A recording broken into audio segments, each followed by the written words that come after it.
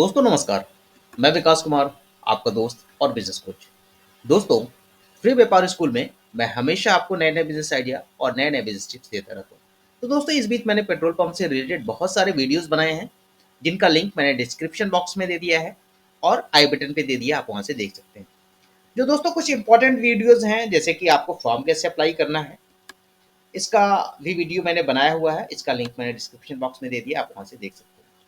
साथ ही दोस्तों, एक चीज़, सबसे बड़ी चीज़ है कि अब आपको अप्लाई करना है, टाइम आपके पास कम है। और ये तो बड़ी अच्छी बात है कि आप लोगों को मैंने वीडियोस डाला भी था कि जो लास्ट डेट था 27 सितंबर, उसको बढ़ा दिया गया है और 17 अक्टूबर तक को इसको कर दिया गया है। तो दोस्तों, आपके पास एक अच्छा अपॉर्चुनिटी है, एक आपके पास गोल्डन टाइम है कि आपने अगर अभी तक अप्लाई नहीं किया है तो आप उसको अप्लाई कर सकते हैं। तो दोस्तों, इस बीच मेरे कुछ क्वेश्चंस भी थे, मेरे व्यूअर्स ने ढेर सारे मुझसे क्वेश्चंस पूछे हैं। तो मुझे लगा कि ये चीज़ें आपसे डिस्कस करना ज़रूरी है और मैं आपसे डिस्कस भी करूँगा। तो दोस्तों, वीडियो को शुरू करूँ इससे पहले आपसे रिक्वेस्ट है कि अगर आप चैनल पे नए हैं तो चैनल को सब्सक्राइब ज़रूर कर दीजिएगा दोस्तों, क्योंकि आपका एक सब्सक्राइब मेरे लिए सबसे बड़ा सपोर्ट है। क्योंकि आप सब्सक्राइब करते हैं तो मुझे लगता है कि आप मुझे सपोर्ट कर रहे हैं, जो भी मैं कंटेंट्स ला रहा हूँ आपके लिए, वो आपके लिए बेनिफिशियल है और आप आगे की वीडियोस को देखना चाहते हैं। ठीक है? तो प्लीज़ दोस्तों, आप लोग सपोर्ट करें और मैं इसी तरह से नई नई वीडियोस लाता रहूँगा। ठीक है? तो दोस्तों, जो क्वेश्चन का जो सिलसिला है उसको हम शुरू करें, स्टार्ट करें। तो इसमें सबसे पहले क्वेश्चन आ रहा है दोस्तों कि सर, मैं ओपन कैटेगरी से हूँ, मेरे एरिया में एससी और एसटी कैंडिडेट के लिए एडवर्टीजमेंट निकला हुआ है। तो इस कंडीशन में क्या मैं उस एससी और एसटी जो साइट है उस पे क्या अप्लाई कर सकता हूँ? तो दोस्तों, लीगली आप बिल्कुल भी अप्लाई नहीं कर सकते हैं, क्योंकि जो रिजर्व सीट्स हैं, ठीक है, वो एससी और एसटी के लिए जो भी रिजर्व सीट हैं, उसमें आप बिल्कुल भी कुछ नहीं कर सकते हैं और उनमें सिर्फ और सिर्फ एससी और एसटी कैंडिडेट्स ही अप्लाई कर सकते हैं। जी हाँ दोस्तों। और अगर दोस्तों कोई साइट है जो रिजर्व है फॉर ओबीसी, तो अगर वो ओबीसी के लिए है तो वहाँ पे सिर्फ ओबीसी अप्लाई कर सकते हैं। जी हाँ दोस्तों, उसका एक तरीका है कि उसको आप कैसे अप्लाई कर सकते हैं, उसको कैसे उसको जो है उस लोकेशन पे अप्लाई करवाएं। उसका एक तरीका है दोस्तों, जो लोग करते भी हैं, मैं आपको गाइड कर देता हूँ कि कैसे उसको करना है। इसमें क्या है दोस्तों कि सपोज दैट आप ओपन कैटेगरी से हैं और आपके यहाँ एडवर्टीजमेंट निकला हुआ है, वो एससी और एसटी साइट के लिए है या फिर ओबीसी के लिए ही है। तो इस केस में दोस्तों, अगर आप अप्लाई करना चाहते हैं तो आपका कोई दोस्त जो हो, आप उसके नाम पे अप्लाई कर सकते हैं। ठीक है? और अप्लाई करके आप रिटेल आउटलेट को स्टार्ट कर सकते हैं। अब इसमें दोस्तों सबसे बड़ी बात आती है कि आप अप्लाई तो कर देंगे, तो फिर आगे क्या होगा? ठीक है? अप्लाई करने के बाद सपोज दैट आपका सिलेक्शन हो जाता है, आपको एलवाई मिल जाती है, तो उसमें इन्वेस्टमेंट सपोज दैट आपने किया और वो निकला हुआ है एससी और एसटी के लिए, तो क्या आपको उसमें पार्टनरशिप मिल पाएगा? सबसे बड़ा क्वेश्चन ये आता है दोस्तों कि क्या मैं एससी और एसटी कैटेगरी के अप्लीकेंट्स के साथ पार्टनरशिप कर सकता हूँ? जी दोस्तों, अभी तो आप फिलहाल नहीं कर सकते हैं और ना ही आप वहाँ पे अप्लाई कर सकते हैं। उसमें एक कंडीशन है कि आप अप्लाई करें अपने किसी दोस्त के नाम पे और उस पेट्रोल पंप को स्टार्ट होने दें। ठीक है? फिर उसके बाद दोस्तों एक कंडीशन आती है रिकॉन्स्टिट्यूशन। कंपनी की एक पॉलिसी है, उसमें आप रिकॉन्स्टिट्यूशन कर सकते हैं। आइए उसके बारे में हम देखते हैं कैसे उसको रिकॉन्स्टिट्यूशन करते हैं। ठीक है? रिकॉन्स्टिट्यूशन में क्या है कि दोस्तों, जो भी, इस चीज़ को आप ध्यान से पढ़िएगा, ध्यान से देखिएगा कि जो भी, अगर यहाँ से देखिए दोस्तों, ये जो एससी एसटी कैटेगरी के एलवाई होल्डर्स होते हैं, वो कभी भी एक माइनॉरिटी पार्टनर्स को बाहर से ला सकते हैं। ठीक है? ये कंडीशंस कब आती हैं? In such case the SC ST LY holder may be allowed to induct minority partners from outside his her their category। मतलब कि S C S T category के जो भी एलवाई होल्डर होते हैं, वो बाहर से किसी पार्टनर को अपने उस एलवाई होल्डर में शेयर दे सकते हैं, उस एलवाई में शेयर दे सकते हैं।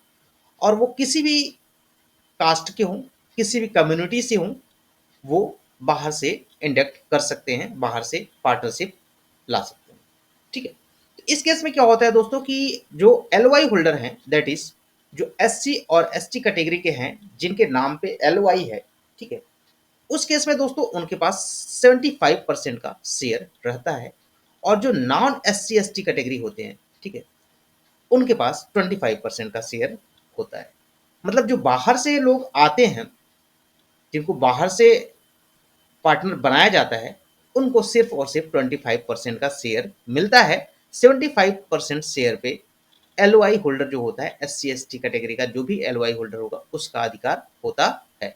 ठीक है, इन सब चीज़ों को दोस्तों बहुत सारे क्वेश्चंस आ रहे थे मेरे पास कि सर कैसे उसको कर सकते हैं, कि मेरे कोई फ्रेंड हैं तो क्या बाद में मैं उनसे पार्टनरशिप कर सकता हूँ। जी हाँ, कर सकते हैं दोस्तों। उसके अपने कंडीशंस हैं, उसमें आपको 25% का ही शेयर मिलेगा, और 75% का शेयर हमेशा S C S T category के जो भी एल वाई होल्डर्स होंगे उनके पास रहेगा। तो आशा करता हूँ दोस्तों ये चीज़ आप समझ गए होंगे। आइए हम चलते हैं नेक्स्ट क्वेश्चन पे। नेक्स्ट क्वेश्चन की बात करते हैं दोस्तों। अभी भी बहुत लोगों को group one, group two, group three में कंफ्यूजन है। तो आइए हम उसको एक बार फिर से समझते हैं कि ग्रुप वन, ग्रुप टू और ग्रुप थ्री क्या है। दोस्तों आप फॉर्म अप्लाई करने जा रहे हैं, फॉर्म अप्लाई करते टाइम ये मिस्टेक मत कीजिएगा कि अगर आपके पास डॉक्यूमेंट्स है और आप ग्रुप वन में हैं, देन आप ग्रुप टू में अप्लाई कर दें, ऐसा मत कीजिएगा। आपके पास जो डॉक्यूमेंट्स है वही आप अप्लाई कीजिएगा, ठीक है, अदरवाइज आपको बाद में प्रॉब्लम होगी। देखिए दोस्तों, जो group one, group two, group three बनाया गया है, इसको पहले सबसे आप समझिए कि ये है क्या चीज। बेसिकली ये क्या चीज है दोस्तों। Group one, group two, group three क्या है, ये कैटेगराइज किया गया है लैंड से लेके, ठीक है, जो आपकी जमीन होती है उसको लेके डिफाइन किया गया है कि ये तीन तरह के हैं। कौन कौन से? ये किस लिए है? ये लैंड के लिए है, जो आप लैंड ऑफर करते हैं, ठीक है, ये लैंड डिटेल्स के लिए है। लैंड डिटेल्स को आइडेंटिफाई किया गया है, लैंड डिटेल्स को कैटेगराइज किया गया है, ठीक है। लैंड डिटेल की कैटेगरी को इन्होंने तीन कैटेगरी में डिफाइन किया है। दोस्तों बहुत ध्यान से समझिएगा, अभी भी बहुत लोग कंफ्यूजन में है, तो इस चीज को आप समझिएगा। ग्रुप वन में क्या है दोस्तों, जिनके पास जमीन है, ठीक है, मतलब जिनके पास जमीन है वो ग्रुप वन में आएंगे, ठीक है, और जिनके पास जमीन नहीं है, ठीक है, वो ग्रुप टू में आते हैं। जिनके पास जमीन है वो किस तरह से हो सकती है, उनकी अपनी खुद की हो, फैमिली मेंबर्स की हो, या फिर वो उन्होंने तीसरे पर्सन से लीज डीड कराया हो, इस केस में वो ग्रुप वन में आते हैं। मतलब ग्रुप वन में वही अप्लाई कर सकता है जिसके पास प्रेजेंट में जमीन है, वो चाहे अपनी हो, चाहे फैमिली की हो, या फिर उन्होंने long term registered lease deed करवाया हो 20 साल के ऊपर का, 20 साल के ऊपर चाहे जितने साल का हो, मिनिमम 19 साल 11 महीने का होना चाहिए, ठीक है। ग्रुप टू में कौन आता है दोस्तों, जिसको जमीन की, मतलब उसके पास जमीन नहीं है और उसने ना तो कोई रजिस्टर्ड लीज डीड कराया है, उसने एक अपेंडिक्स थ्री के केस में एक अपेंडिक्स थ्री ले लिया है किसी लैंड होल्डर से। किससे लिया है? कोई भी लैंड होल्डर होगा, लैंड ओनर, ठीक है, लैंड ओनर से उन्होंने क्या, लैंड ओनर से उन्होंने ग्रुप थ्री के लिए, ये चीज देखिए दोस्तों, लैंड ओनर है कोई, ठीक है, लैंड ओनर से इन्होंने क्या ले लिया है, एक अपेंडिक्स थ्री ले लिया है, ऑफर किया है कि सर अगर मुझे पेट्रोल पंप अलॉट होगा तो देन ये पर्टिकुलर लैंड जिसकी डिटेल्स उस अपेंडिक्स थ्री में मेंशन होगी वो आप मुझे दीजिएगा। उस पे लैंड ओनर भी सहमति देता है, ठीक है। अब दोस्तों यहाँ पे कुछ कंडीशंस आती हैं कि सपोज दैट कि सर जिनसे मैंने लैंड के लिए अपेंडिक्स थ्री लिया, अगर उनकी डेथ हो जाए तो इस कंडीशन में क्या करेंगे? तो दोस्तों इस कंडीशन में आप कुछ भी नहीं कर सकते हैं, क्योंकि वो लीगल राइट्स नहीं है। अगर आपके पास 19 साल 11 महीने का लीज होता देन आप कुछ कर सकते थे। वो बाद में भी आपकी ऑफर को कैंसिल कर सकते हैं, आप उन्हें फोर्स नहीं कर सकते हैं। वो उनके अपने स्व विवेक पे डिपेंड करता है कि वो आपको लैंड दें या ना दें, ठीक है। बहुत लोगों ने ग्रुप टू में भी ऐसा किया है कि पहले तो अपेंडिक्स थ्री दे दिया है, बाद में जब सिलेक्शन हो जाता है उस टाइम भी वो उसको नहीं देते हैं। तो इस केस में भी आप कुछ नहीं कर सकते हैं। तो कोशिश कीजिए दोस्तों आप ग्रुप वन में आएँ, लीज डीड लेके आएँ, तो इसमें सिलेक्शन के चांसेस सबसे ज़्यादा होते हैं। अब दोस्तों हम बात करते हैं ग्रुप थ्री। ग्रुप थ्री किसके लिए है? दोस्तों ग्रुप 3 का ऑप्शन जो दिया गया है वो एससी और एसटी कैटेगरी के, यहाँ पे देखिएगा दोस्तों, जो एससी और एसटी कैटेगरी के एप्लीकेंट्स होते हैं उनके लिए ये मेन दिया गया है। ठीक है, ये आपका जितने भी एससी और एसटी कैटेगरी के एप्लीकेंट्स होते हैं उनके लिए ये ऑप्शन दिया गया ग्रुप 3 का। इसमें क्या है कि उनके पास जमीन ना होते हुए भी वो किसी भी एडवर्टाइजमेंट लोकेशन जो एससी और एसटी के लिए निकला हुआ है वहां पे अप्लाई कर सकते हैं।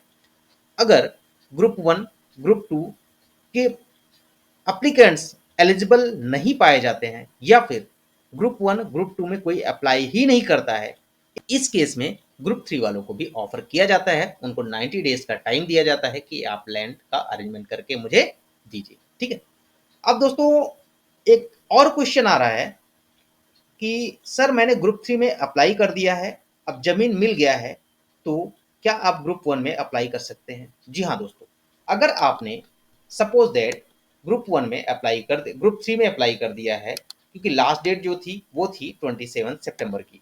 ठीक है, ये डेट निकल गई। तो इस केस में दोस्तों सपोज़ दैट आपने ग्रुप 3 में अप्लाई कर दिया है। ठीक है, ग्रुप 3 में सपोज़ दैट दोस्तों आपने ग्रुप 3 में अप्लाई कर दिया है। ग्रुप 3 में आपने अप्लाई कर दिया है। अब आप चाह रहे हैं कि आपके पास टाइम हो गया है, आपके पास टाइम मिल गया है, आप लीज़ करवा सकते हैं या फिर लीज़ के लिए कोई तैयार हो गया है जो आपको लीज़ पे दे सकता है। तो इस केस में दोस्तों क्या करना होगा, जो ग्रुप 3 का एप्लीकेशन है, ठीक है? ग्रुप 3 का एप्लीकेशन को जो आपने अप्लाई कर दिया है, एप्लीकेशन को क्या करना पड़ेगा? सबसे पहले करना पड़ेगा कैंसल, ठीक है? कैंसल करके जब आप ग्रुप 3 का एप्लीकेशन कैंसिल कर देंगे, इस केस में आप ग्रुप 1 में अप्लाई कर सकते हैं सेम नेम से। ठीक है, सेम नेम से आप अप्लाई कर सकते हैं। बट जब तक आप दोस्तों इसको कैंसिल नहीं करेंगे तब तक आप सेम नेम से अप्लाई नहीं कर सकते हैं, क्योंकि एक लोकेशन पे एक ही एप्लीकेंट अप्लाई कर सकता है। तो दोस्तों जिन्होंने ग्रुप 3 में अप्लाई कर दिया था, अब उनको जमीन मिल रही है, तो वो कैसे ग्रुप 1 में आए, और उनको अगर सपोज दैट आज एप्लीकेशन के टाइम के बाद सपोज दैट उनको अब जमीन मिल रही है एप्लीकेशन करने के लिए, लीज डीड मिल रहा है, तो इस केस में दोस्तों आपको ग्रुप 3 का जो भी एप्लीकेशन आपने किया था, सिर्फ उस एप्लीकेशन को डिलीट करना होगा, कैंसिल करना होगा, रीजन देना होगा, जो भी आप रीजन दे सकते हैं। और कैंसिल कैसे किया जाए ये मैंने आपको वीडियोस में बताया है, उनका भी लिंक मैं दे दूंगा, आप वहां से देख सकते हैं। और उसी सेम नेम से दोस्तों कैंसिल करने के बाद आप ग्रुप 1 में अप्लाई कर सकते हैं। तो इस तरह से दोस्तों आप ग्रुप 1 में आराम से अप्लाई कर सकते हैं, अभी आपके पास टाइम है। अब दोस्तों एक क्वेश्चन और आ रहा है, ग्रुप 3 वालों के लिए सिलेक्शन में कितने चांसेस होते हैं? दोस्तों अब बात करते हैं कि ग्रुप 3 में चांसेस कितने होते हैं।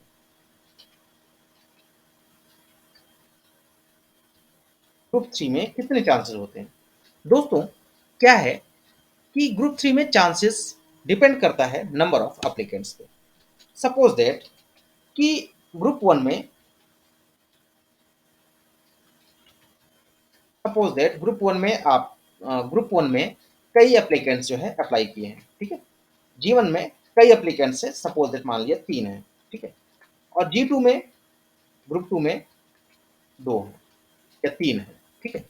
दोस्तों जब तक ग्रुप 1 में सारे एप्लीकेंट्स और ग्रुप 2 के सारे एप्लीकेंट्स कैंसिल नहीं हो जाएंगे, तब तक ग्रुप 3 वालों को ऑफर नहीं किया जाएगा। बट कुछ लोकेशंस ऐसे होते हैं दोस्तों जहां पे ग्रुप 1 एंड ग्रुप 2 के कोई एप्लीकेंट ही नहीं होते हैं, ठीक है? No applicants in group 1 and group 2, no applicants in group 1 and group 2। इस केस में दोस्तों क्या होगा कि आपके चांसेस सबसे ज़्यादा होते हैं, क्योंकि वहाँ पे तो कोई है ही नहीं, किसी ने अप्लाई किया ही नहीं। तो इस केस में दोस्तों आपके चांसेस सबसे ज़्यादा होते हैं, क्योंकि ग्रुप 3 में जितने भी एप्लीकेंट हैं सब ग्रुप 3 में हैं। इस केस में आपके चांसेस बढ़ जाते हैं। बट ये कैसे पता चलेगा कि ग्रुप 1 में कोई अप्लाई किया है कि नहीं किया है, ग्रुप 2 में कोई अप्लाई किया है कि नहीं किया है? ये दोस्तों पता करना मुश्किल है। क्यों? क्योंकि ये सारी डिटेल्स आपको पता चलेंगी जब आपका फॉर्म सबमिशन का डेट क्लोज हो जाएगा, आफ्टर दैट आपको सारी चीजें पता चलेंगी कि उस पर्टिकुलर लोकेशन पे ग्रुप 1 में कितने लोगों ने अप्लाई किया है, ग्रुप 2 में कितने लोगों ने अप्लाई किया है और ग्रुप 3 में कितने लोगों ने अप्लाई किया है। तो दोस्तों आई थिंक ये वीडियो आपको अच्छी लगी होगी। वीडियो अच्छी लगी हो तो ज़्यादा से ज़्यादा दोस्तों इसको लाइक कीजिएगा और शेयर तो जरूर कीजिएगा दोस्तों, क्योंकि शेयर करना बहुत ही मैंडेटरी है। इसमें जो सबसे इंपॉर्टेंट पॉइंट है कि क्या कोई ओपन कैटेगरी का पर्सन एससी एसटी के साथ पार्टनरशिप कर सकता है। जी हाँ दोस्तों, पार्टनरशिप कर सकता है बट अप्लाई नहीं कर सकता है। अप्लाई होने के बाद, एलवाई मिलने के बाद अगर वो अप्लीकेंट चाहेगा तो उसमें 25% का शेयर बाहर से किसी को भी पार्टनर बना सकता है। ठीक है, तो दोस्तों ये वीडियो अच्छी लगी हो तो लाइक कीजिएगा, वीडियो को ज़्यादा से ज़्यादा शेयर कीजिए और चैनल को सब्सक्राइब जरूर कर दीजिए दोस्तों, क्योंकि अभी बहुत सारे ऐसे इंपॉर्टेंट पॉइंट्स आपके सामने आने वाले हैं जो अब उनकी जरूरत पड़ने वाली है। ठीक है, तो मिलते हैं दोस्तों नेक्स्ट वीडियो में, तब तक के लिए धन्यवाद।